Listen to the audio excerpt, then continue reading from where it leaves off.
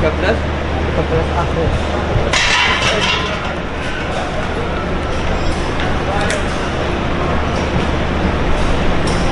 Puncak Sidorejo, Bandung Manggun, Malas, Kroyo dan mengakhiri perjuangan di stasiun Purwokerto.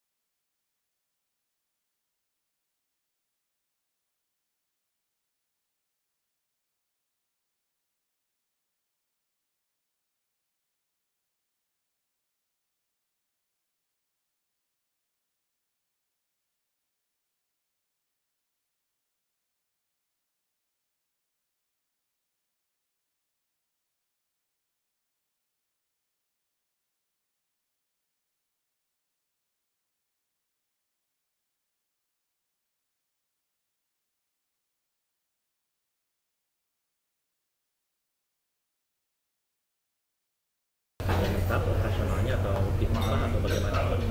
Ya, sebenarnya ini masyarakat itu ya ada yang namanya mudik pulang kampung ya, yang memang mereka menggunakan kereta api yang berpengalaman seperti KRL. Maka dari itu teman-teman yang ditanyakan seperti menggunakan KRL, mudik lokal itu misalnya mereka dari Jakarta ke Pak, untuk daerah-daerah yang rawan longsor itu ada penanggulangan sendiri nggak?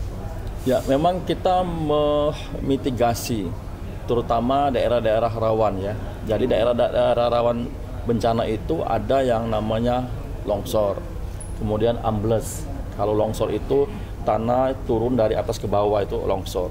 Kalau ambles itu adalah tanah yang berada di tubuh ban, di bawah tubuh ban rel itu turun ke bawah, itu amblas. Ada lagi yang banjir. Nah, kita memang sudah memitigasi beberapa titik longsor yang memang perlu perhatian. Maka kami di masa angkutan lebaran ini menambah tenaga ekstra yang namanya penjaga daerah rawan ya. Ada puluhan titik yang kami mitigasi yang tersebar di mulai dari Jakarta sampai ke Surabaya itu.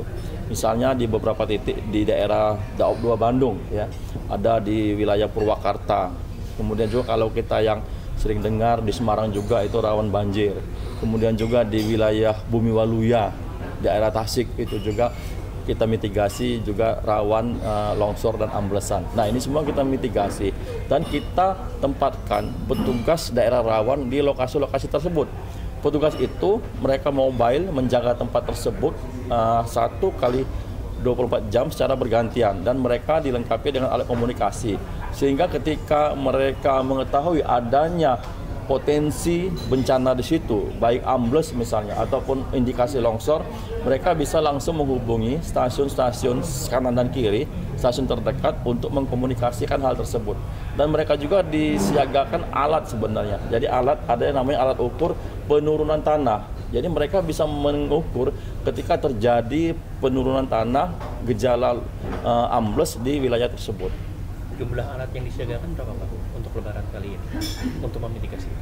Ya, jadi kita banyak sekali ya menyiapkan alat-alat atau armada juga di antara lebaran ini. Maka kalau di lebaran ini pertama kami menyiapkan ada sekitar 472 lokomotif ya, untuk menarik rangkaian kereta.